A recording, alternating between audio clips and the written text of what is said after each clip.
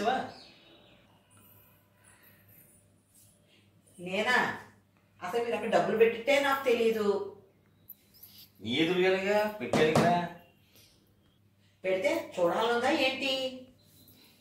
నువ్వు తీయక నేను తీయక మరి ఎవరు తీశారంటావు? దారిపోనే దానయ్య. అవే అవే ఆ ఎక్సెక్కాలే వద్దన్నది. ఒక డబ్బులు పోయి నేనేస్తుంటే నీకేమీ పట్టినట్లేదు. ఎందుకు లేదండి, కానీ నేనేం చేయగలను చెప్పండి. కనీసం నేను చూసుంటే పలానా చోట పెట్టానని చెప్పు ఉండేదాన్ని. చూడలేదండి, అసలు ఆ దృష్టే లేదండి. ఉండదయ్యా, ఉండదు. పనికిమాలిన చెత్త విషయాలన్నిటి మీద మాత్రం విపరీతమైన శ్రద్ధ ఉంటుంది, కానీ ఇటువంటి వాటి మీద మాత్రం అస్సలు ఉండదు. అదేంటండి మీరు పోగొట్టుకుని నన్ను అంటారేంటి? అయినా అత్తమే గొప్ప దొత్త మీద చూపించినట్టు మీరు నా మీద చూపిస్తారేంటి? లేకపోతే ఇంకెవరిని అడగాలి? నిన్ను కాక. తెలిస్తే చూస్తే చెప్పు ఉండేదాన్ని కదా. అసలు కనీసం ఎక్కడ పెట్టారో కనీసం నాతో చెప్పారా మీరు? చెప్పడానికి ఇదేమన్నా పరా ఇల్లా? మన ఇల్లేగా. రోజు నువ్వు మసిలే ఇల్లేగా. ఇంతకీ పని మనిషిగానే వచ్చిందా? ఆవిడ రావడం అనేసి వారం అయ్యింది. కొన్ని వాచ్మెన్? అయినా వాచ్మెన్ గేట్ తెరిపాడు కానీ మన ఇంటికి ఎందుకు వస్తాడండి? పోనీ ఆ ఫ్రెండ్స్ ఎవరైనా నేను లేనప్పుడు? లేదండి, మీరు ఉన్నప్పుడే రారు కదా. పోనీ నీ ఫ్రెండ్స్? అయినా వాళ్ళు రాలేదు.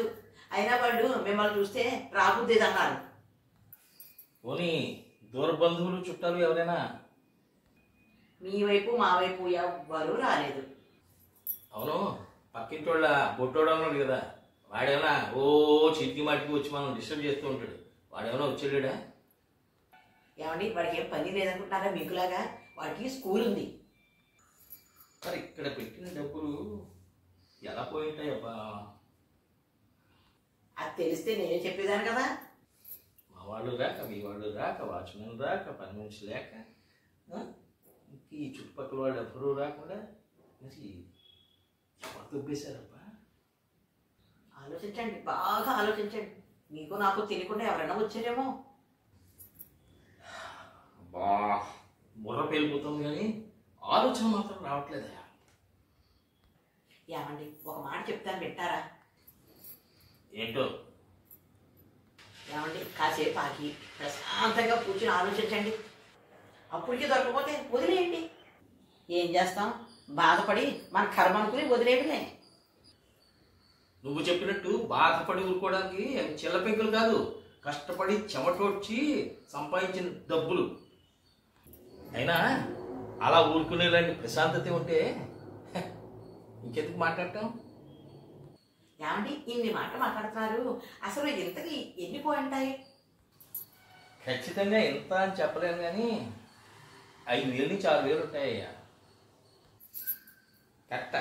కట్టపలంగా పెట్టాను. కనీసం కట్టపడంగా పోయినారు. ఎంత పోయి కూడా తెలియదా మీకు? తెలీదు, తెలిస్తే చెప్పేవాడిగా. సర్లేండి, తెలియనప్పుడు పోయిందనే విషయమే మర్చిపోండి, గొడవ ఉండదు. ఎలా మర్చిపోతాం? ఎలా మర్చిపోతామయ్యా? ఓ పక్క డబ్బులు పోయేయన్న ఆ బాధ, కనీసం ఆ బాధ పడలేనా పండమ్మా? బాధపడి ఏం ప్రయోజనం అండి? మనసాన్ని కోరుకోవడం తప్ప. పైగా ఎవరినడితే ఏం మిగులుతుందండి? అనుమానం తప్ప. అయినా అవి కష్టపడి సంపాదించిన డబ్బులు అవి. ఓహో, దొంగతనం చేసి తెచ్చారేమో అనుకున్నానండి. ఇదే ఈ వంకరే వద్దంటున్నాను.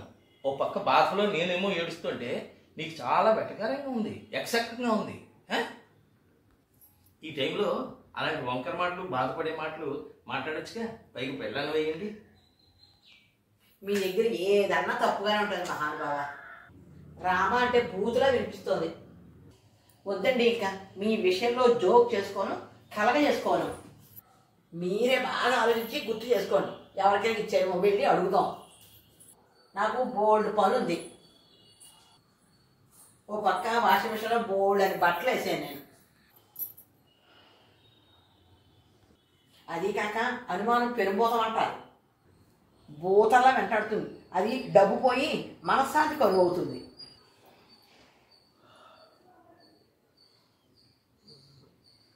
అయినా నాకు ఎందుకు వచ్చిన టెన్షన్, ఆ టెన్షన్ ఏదో మీరే పడండి. అయినా ఎంకి పెళ్ళి సుబ్బుచావుకు వచ్చినట్టు ఉరుమురిమి నా మీద పడతారు. అందుకే అంటాను, కనిపించిన ప్రతి వాడిని తలకు మాసిన వాడిని అందరినీ కూడా అన్నయ్యా, వదిన గారు, అక్కయ్య గారు అంటూ దిక్కుమాల వరుసలు కలిపేసేసి ఇంట్లోకి రానిచ్చేస్తావు. 5 రోజులు ఉంటే చాలు ప్రతి వాళ్ళని కలిపేసుకుంటూ ఉంటావు. ఏమిటో ఇప్పుడు వాళ్ళు వచ్చే వాళ్ళలో ఎవడు దొంగో, ఎవడు దొరో, ఎవడు దుబ్బేసాడో ఏం తెలుస్తుంది చెప్పు? పైగా నన్ను కోపడుతున్నావు, వెటకరిస్తున్నావు. అందరూ ఏమండి సూరిబాబు గారు ఉన్నారా అని అడిగి చచ్చిన పాపాన్ని పోలేదు, మీ ఆవిడ గారు ఉన్నారా అంటూ ఉంటారు. ఏమిటో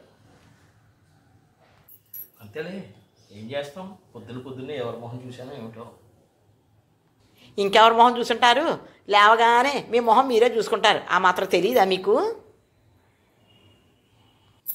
సర్లే, గుర్తు చేసి బాధ పెట్టడం ఒకటి.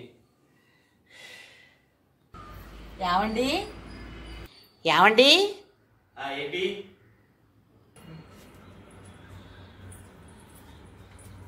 ఏమండి ఓసారి ఇటు రండి. నేను రానంటే రానయ్యా. నేను ఈరోజు నా మూడు బాగోలేదు. నేనేమి పిండను ఆరైను, అర్థమైందా? నువ్వే చేసుకోండి, నేను రాను. అబ్బా ఓసారి ఇటు వస్తారా, లేదా నన్ను రమ్మంటారా? నేను రాను, నువ్వు రావద్దు. నన్ను ప్రశాంతంగా వాళ్ళని ఎక్కువ కెలకు.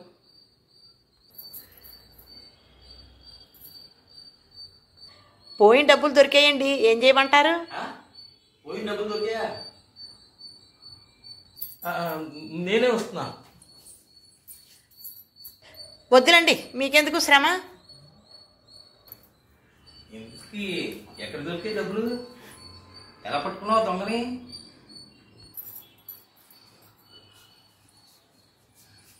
ఇంతకీ ఎవరా దొంగ? మీరే. నేనా?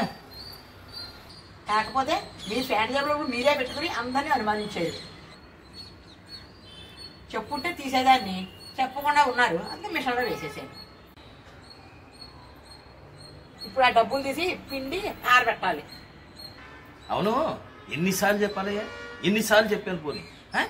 బట్టలు ఉతికేటప్పుడు ప్యాంటు జేబుల్లో, చొక్కా జేబుల్లో ఏమైనా ఉన్నాయేమో వెతకవయ్యా అని వినిపించుకో కదా. వేసేసిందిట, వేసేసి దాంట్లో మిషన్లో రుబ్బేసింది, ఇప్పుడు పిండేసింది, అవన్నీ ఆరబెడుతుందిట. ఏదో పెద్ద గొప్ప గణకార్యం చేసినట్టు చెప్తున్నావు. బాగుందండి, చాలా బాగుంది. డబ్బులు దొరికే చెప్పడం నాది పెద్ద తప్పు. సారీ, ఆవేశంలో నిన్ను ఏదేదో అనేసానయ్యా. అరవలసిన అన్నీ అనేయడం, సారీ చెప్పేయడం ఈరోజు అలవాట ఏంటి మీకు? కానీ ఒక విషయం చెప్పనా మీకు? చెప్పు. దొంగోడు అనుమానం పారేసుకున్నవాడి మీద ఉంటే, పారేసుకున్నవాడి అనుమానం అందరి మీద ఉంటుందిట. అలా ఉంది మీ వరుస. అర్థం కాలేదు. అర్థం కావు మీకు, ఇలాంటివి ఏమీ అర్థం కాదు. మీ బుర్ర మ్యూజియంలో పెట్టవలసిన బుర్ర.